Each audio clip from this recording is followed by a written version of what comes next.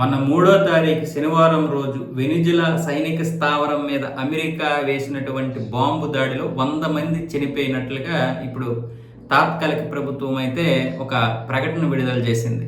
వెనిజులాకి చెందినటువంటి ఈ తాత్కాలిక ప్రభుత్వం ఆ ప్రకటనలో 100 మంది సైనికులు చనిపోయారు. వాళ్ళందరూ వీర మరణం పొందారు. నికోలస్ మదురోని కాపాడుకునే భాగంగా వాళ్ళందరూ కూడా ప్రాణాలు కోల్పోయారు. ఇంత దారుణంగా అమెరికా సైన్యం మా యొక్క సైన్యాన్ని చంపింది.